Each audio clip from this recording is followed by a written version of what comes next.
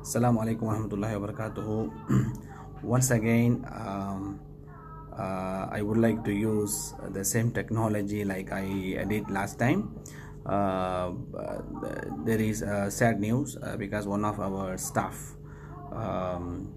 husband, our staff name is Sister Hazrani. She used to be working with the Department of Economics, and her husband has passed away.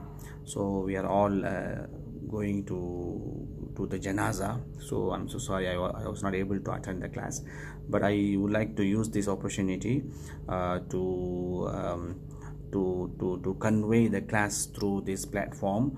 Hope you understand what I'm saying through this platform. I also learned that last time you were not able to clearly listen to my voice due to some technical problems in the classroom. So I suggest you to come to the class and do your attendance, show that you attended the classes. Then what you do, you you can listen to this class in your YouTube channel. So hopefully this class will be useful for you, and also you can raise your questions when we meet in our next class, inshallah, which is on Tuesday next week. You can throw your questions to me. I will be glad to answer to all your questions and all your doubts. Okay, so let me continue where I stop. Bismillah ar-Rahman ar-Rahim. Nahmaduhu wa nusalli ala rasulihil kareem amma ba'd. So this is we've been discussing about the theory of right, haqq and obligations. So far in our last class we covered definition, the pillars of right. Then we discussed what are the classifications of rights. I think we covered two of them. Altogether it is 5 rights. So we covered 2 rights. The first one is we talked about the rights of Allah. The next one we talked about financial and non-financial rights.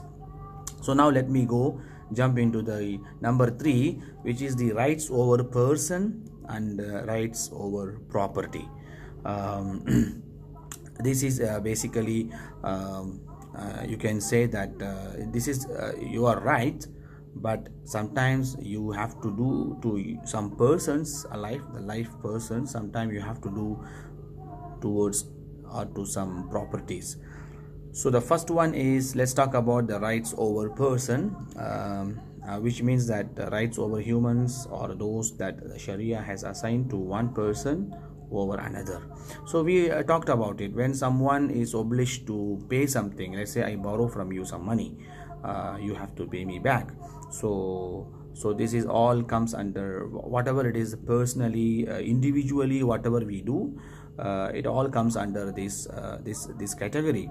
Example, the parties to a contract of sale or under obligations to exchange the sold items and the price. So this is very easy to understand. So you borrow from someone, meaning to say you have to pay back.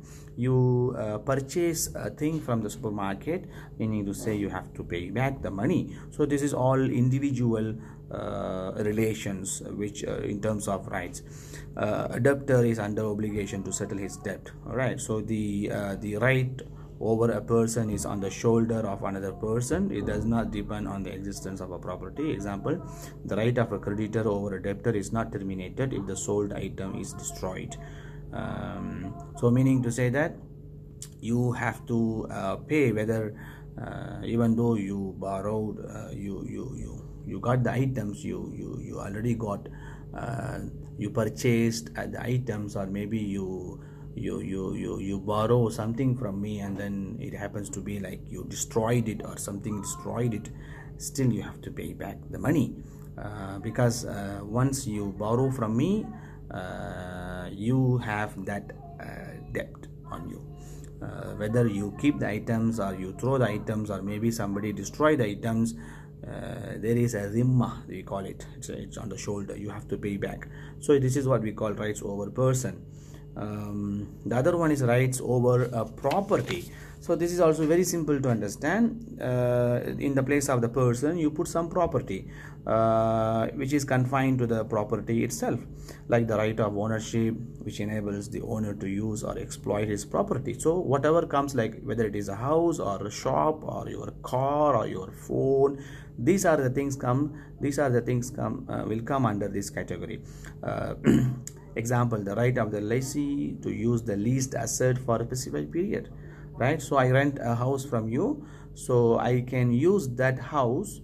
I will become the owner of the usufruct or the manfa'a of that house until precise time. Let's say we have agreement until 1 year or maybe 2 years or 6 months, right? So I can use that product. That is what the usage of that product becomes my right to that property, right? Also, right over properties are abolished when the properties are destroyed. You need to know this. When there is no property, meaning to say the right over property is also abolished, because it is essential to have that property existing. If it is not existing, the rights will also abolished, right? The rights over property are given priority over the rights over a person. Example, in settlement of debts, a pledgee's debt is settled prior to other debts. So now the debt means, like for example, you have a property and you have to pay back for that property. You should do that first, because this is what the rights over property always should be given priority, right? Those who have rights over a person are usually treated equally. Example, in cases of bankruptcy or settlement of debts of the deceased, the debts are settled pro rata, and once one creditor is got given priority over other creditors. So this is all it is possible, because when there are rights over person and the rights over property comes together, then they give one example, like for example bankruptcy or settlement. So when it comes to many things to solve, they have to look, do you have some sort of property? Then they will go through the property, they will sell one by one, like we talked about last time, movable property, immovable property, right? All these things. So this is all going to be here. So let me do this thing as I give you these the slides. So this is the slides for the rights over property, right? Okay, the next slide I would like to go to number 4, which is the rights that can be waived and the rights that cannot be waived. What are they? Let's say, as I told you earlier, the rights of Allah cannot be abolished, right? Let's say I borrow from you 1000 ringgit. You can tell me later after 1 month, it's okay, you are still suffering and struggling, so you don't have to pay me your money, which means that you are waiving your right on me. So that one is very good. But for prayers, no one can do that. Allah's rights cannot be abolished. We learn about it. So here they are repeating the same thing. Rights of Allah cannot be waived. All rights of humans or private rights can be waived. There are certain human rights that cannot be waived. Yes, there are few rights, even though it's human rights, cannot be waived. What are they? Future rights cannot be waived. What is it actually we call future rights? A partner could not waive his right of preemption in a property which is not offered for sale. So you see, future rights means what? Something like, it didn't happen until now. Let's say I say, if I become a millionaire, then I will waive my rights. These are the future rights. For example, if let's say if I have a baby in future, I will not this kind of futuristic thing which is actually not existing anymore. So that Sharia is actually for past and present. Sharia, you cannot determine something which never happened. Once happened, then you have to. For example, can I come and say, I am going to punish you for your future crime? let's say my father come and say that I am beating you. Why are you beating me? I am beating you because tomorrow you will do some mistake. It doesn't make any sense, right? So if I made some mistake, there's a point that you come and punish me, but I didn't do anything until now, so you cannot, even for my intention also, you cannot punish me until I show that in action. So these are the things they say. Authoritative rights. Okay, I'll go to the next one. Authoritative rights established by the Sharia. Example, the right of the father or a grandfather to have guardianship over their children. Authoritative rights established by Sharia. Yes. Example, the right of a father or a grandfather to have guardianship over their children. So for example, my father cannot come and say that I want to waive my rights upon you, meaning I don't want to take care of you. No, cannot. That is not, very impossible. A mother cannot come and say I want to waive my rights to you, meaning to say that I don't want to be responsible for you anymore, because that is impossible. So rights which this is what they call the rights of a father or a grandfather to have a guardianship over their children. This one for sure they cannot waive. No one can waive it, no one can abolish it. C, rights which if waived may result in changes to the law cannot be waived. See, this is also cannot be waived. What are the example? A person cannot waive his right to use his own property or disown or abandon. The property would become without an owner, and the law does not allow that. You see, you have a bungalow, you have a house, you have a car. I think this is very good. We used to see many cars are standing beside the road. We don't know why. There are many abandoned cars. So this is what we call abandoning. No one can abandon any property anywhere. It is something, it is not acceptable.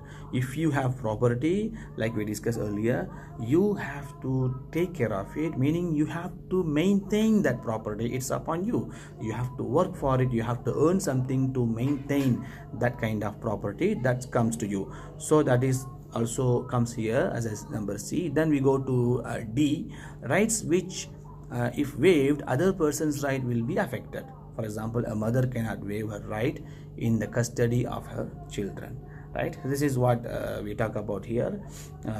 These are the things comes under rights that can be waived or rights cannot be waived. So this A, B, C, D, these are the four sentences, four statements, or comes under the rights that cannot be waived. Okay, next go to the last one, I think, which is heritable and non-heritable rights. Heritable rights intend to serve the purpose of guarantee can be herited. For example, a pledged property can be kept by the heirs of the pledgee after the later dies. So this one, actually what it comes under heritable and non-heritable rights. So once someone has passed away, so like inheritance, it comes under inheritance. The rights intended to serve the purpose of guarantee can be inherited. Example, if there is a pledged property, then yes, if there is a pledged property can be kept by the heirs of the pledgee after the later dies. So so this is all. Actually you can go on, you can continue to study. I think I need to stop here because I just got a call to go to what I said earlier. So I will stop here. If there is any chance to come back to your class, then inshallah I will come and join the class. If not, you can watch this video whatever until I finish. So I will start again from heritable and non-heritable rights. Thank you for watching. Jazakumullahu khair. Assalamu alaikum wa rahmatullahi ta'ala wa barakatuh.